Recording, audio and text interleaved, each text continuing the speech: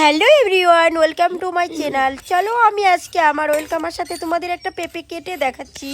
সেটা কি করে কেটে দেখাচ্ছি, কি দিয়ে কিসের সাহায্যে কাটছি, সেটাই তোমাদের সামনে একটু শেয়ার করছি।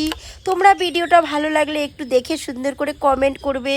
তোমরা যদি কমেন্ট করো তাহলে আমাদের ভিডিও করতে অনেক আগ্রহ বেড়ে যায়।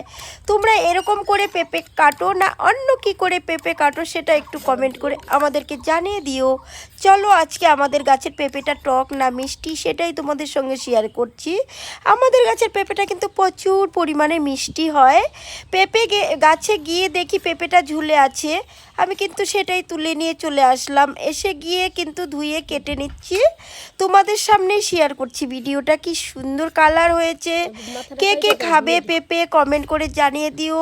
আশেপাশে হলে তোমাদের জন্য পার্সেল করে পাঠিয়ে দিব।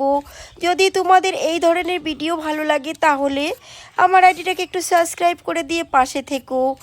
আমার কলিজার বন্ধুরা সবাই একটু ভালোবাসা দিয়ে তোমরা মোটিভেট করে দিও আমাদের, যাতে ভিডিও করতে অনেক অনেক আগ্রহ হয়। আমি পেঁপেটা অতি সহজেই কেটে নিয়েছি, এবার কিন্তু ধুয়ে নেব। ধুয়ে নিয়ে তারপরে কিন্তু একটা চাকুর সাহায্যে কিন্তু এটার মাথাটা কেটে দেব।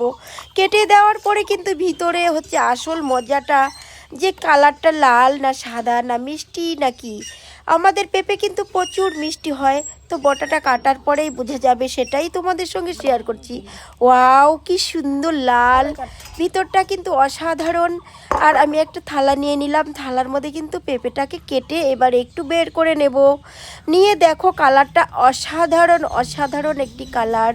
সকাল সকাল খালি পেটে পেঁপে খেলে কিন্তু প্রচুর উপকার হয়। দেখো কি সুন্দর কালার। ভিডিওটা কেমন হয়েছে কমেন্ট করে জানাবে।